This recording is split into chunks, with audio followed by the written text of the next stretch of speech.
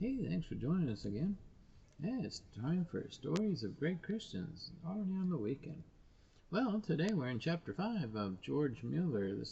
Remember, he started out as a bar-drinking friend with his buddies, and afterward he came to the Lord because he heard someone praying in public, and he never thought that was possible. Praying to God in public. Everything perhaps back then was much more sacred and probably needed a priest and needed somebody else to do it for you. That someone did it for themselves. That impressed George and put him on his way. And so we're going to hear the story of chapter 5 of George Mueller. And it is a good one. Well, let's see if we can get to it for you. Hang on. Well, we're almost there. I think we are. And here we are.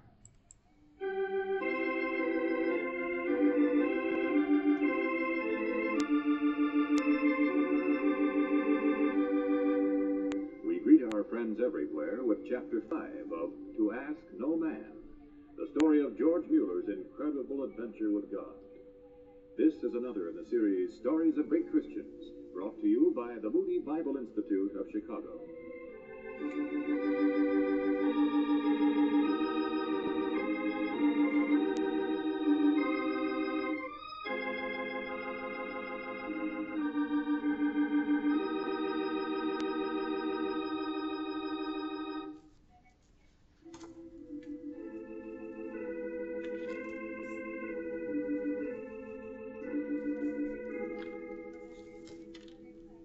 For months, George fought against his love for Ermengarde. Then, at Easter time, 1826, he met Hermann Ball, a young German who had turned down his family's wealth to serve God as a missionary to the Polish Jews. So George discovered that God would give him, too, the strength to make the choice between his calling and the girl he loved. After his decision, he knew that the next step was specialized training for the mission field. So he applied to a missionary training institute and sent the application off to his father. Without a parent's written consent, the school wouldn't consider him. But his father wrote back, Later, my father, he won't sign the application. He says he won't let me be missionary. He'll do everything he can to stop me. Let me see that letter.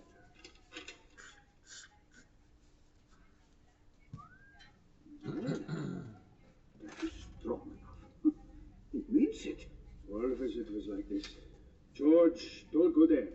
George, I say you must go to Halberstadt. George, did you steal the money from the tin box?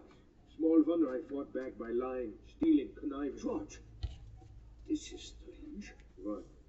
It says no, but it doesn't give any reason. It just says a flat no. But this is my father.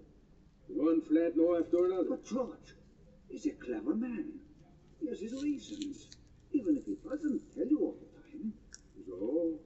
You're a man now, George, not a boy.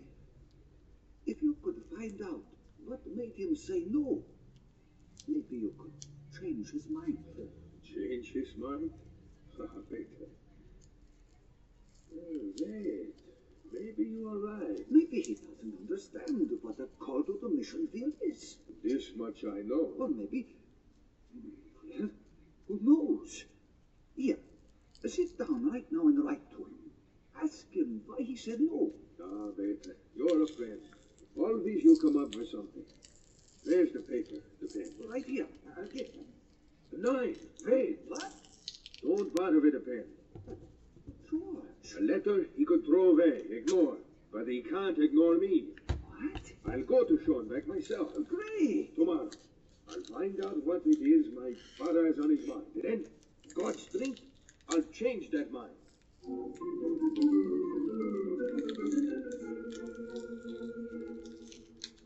Schoenbeck, you're here. Let me in, Father. It's George. Oh, George, wie geht's? Herein, herein.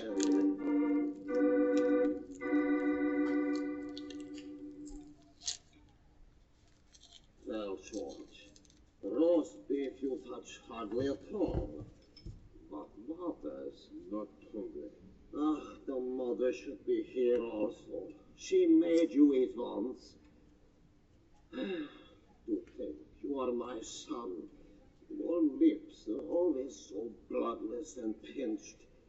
The thinness helps not at all. You should... Father, stop it. These things I say for your own good, George. I didn't leave my university to hear I should put on weight. About the classes, you are now so fussy of a sudden.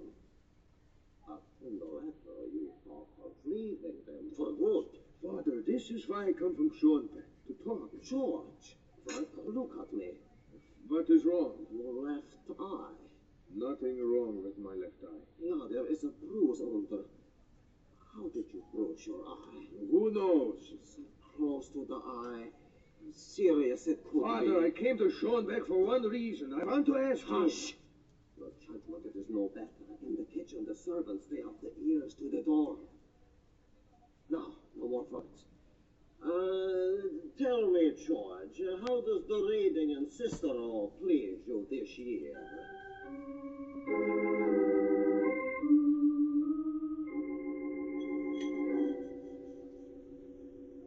I'm not a child anymore, Father. The father is always a father.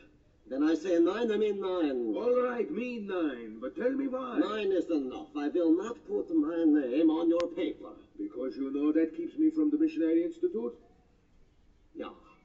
And you want to keep me out because you don't want me to be missionary. Just so. Those are reasons, Father? Yeah.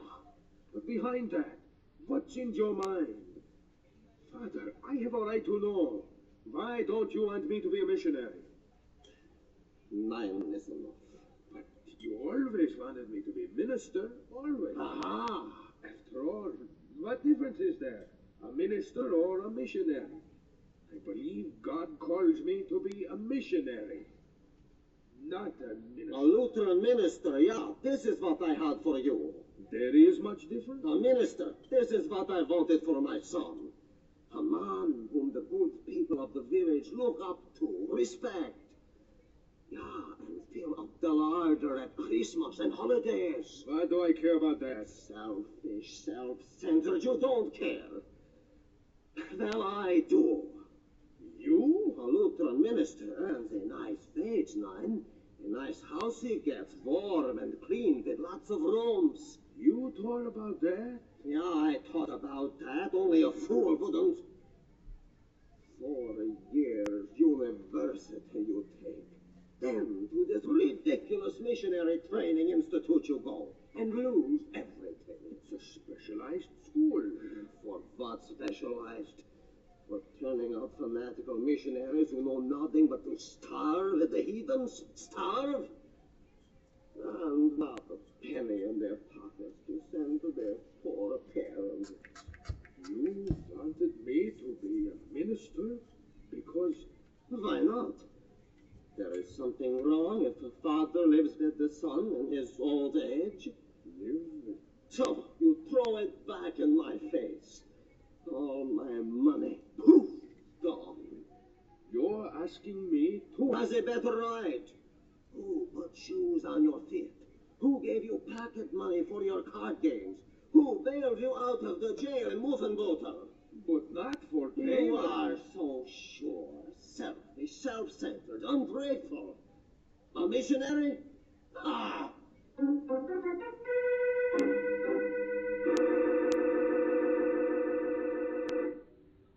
Maybe now, after a good night's sleep, we get a little further in our talk. 9? Father, I came to Schoenbeck to ask you, to your face, why you refused to sign my application to the training school. For what you can, you have. 9. You turned my request into one of your own. How so? Father, yesterday afternoon, you asked me to give up my call to the mission field, to support you in your old age. I ask? Or do you listen to your conscience, George? It's a terrible choice. My son, understand a father. In one afternoon, an old man's dreams you tore down. You're not His old. hopes, his little security.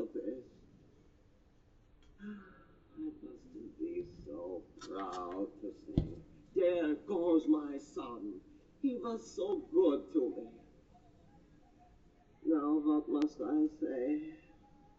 I am old and sick. But my son, he doesn't even know.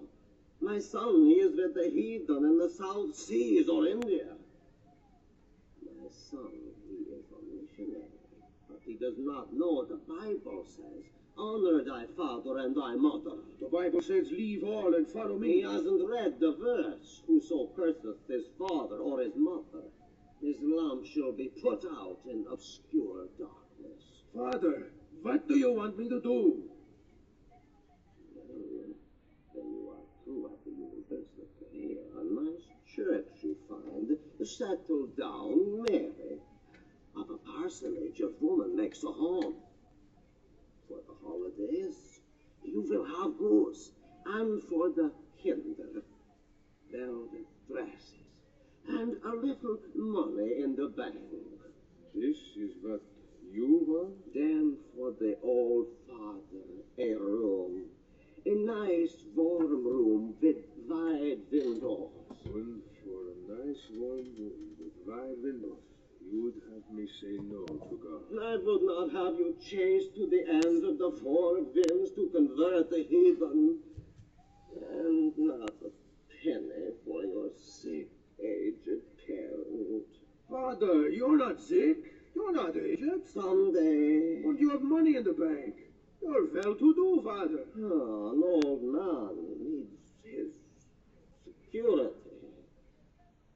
Father, may God forgive you for what you do to me this day. And may God forgive you for making me choose.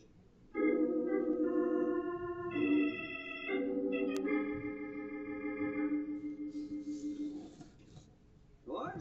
Peter, over here in the corner, with my books. Come here. I wasn't sure you'd come back. I came back. Yeah, Peter, I came back to stay. Oh? To stay at the university for 2 more years, for the rest of the pastor's course. Then he didn't. 9.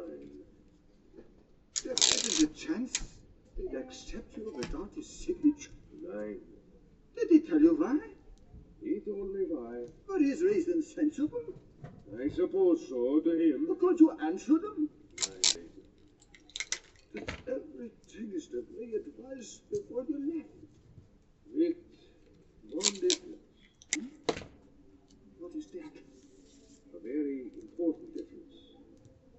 My father's reasons, they changed my mind. You've given up the mission field? 9, Peter. I'm back in the pastor's course, yeah. But I'll be a missionary too. But my father convinced me of this. If I am not what he wants, then I cannot ask him to pay my bills.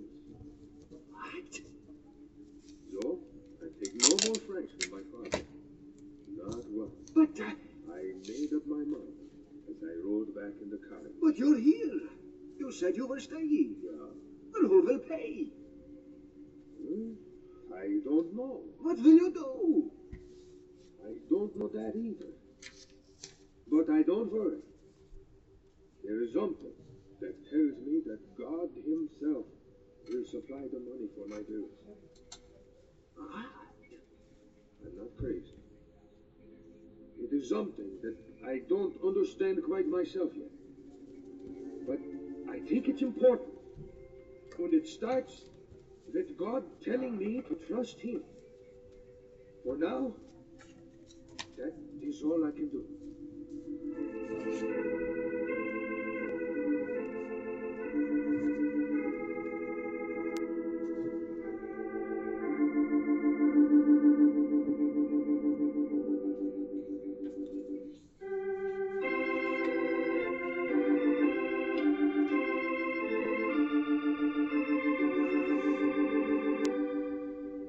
And so we conclude Chapter 5 of To Ask No Man, the story of George Mueller's incredible adventure with God. This is another in the series Stories of Great Christians, which come to you transcribed from the Moody Bible Institute of Chicago.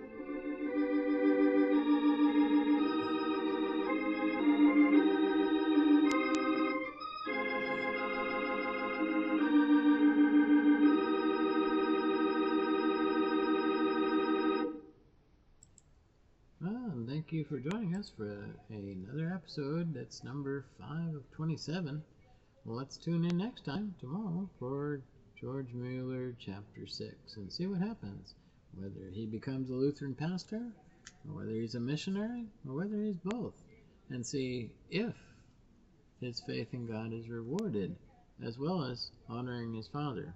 Tough road for him to cross, a fork road. Well, leave your comments, and don't forget, hit subscribe. Thanks for coming along. Lord keeping me around, Lord keeping you around. I look forward to, if he tarries and if he wills, to see you once more time. Take care, God bless, grow in grace, and love one another.